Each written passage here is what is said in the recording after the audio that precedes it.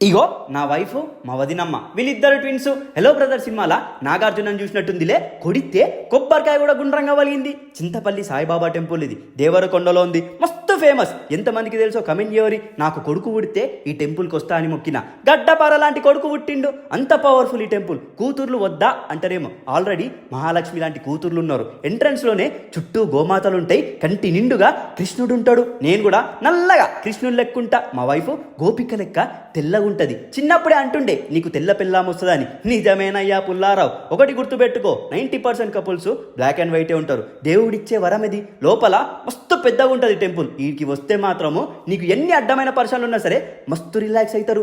ఏమన్నా ప్రశాంతంగా ఉంటుందా? ఒక్కసారి పోయి చూడు, 1000 సార్లు మెసేజ్ చేస్తావు నాకు. అంత వైబ్ ఉంటుంది. మీకు ఏ మొక్కులున్నా సరే మంచి మనసుతో మొక్కు, మీ పని అయిపోతుంది. ఈడ సాక్షాత్తు షిరిడీల సాయిబాబాని చూసినట్టే ఉంటుంది. చూసిరా, నిజంగా రూపం ఆ సాయిబాబా వండుకున్నట్టే ఉంది కదా.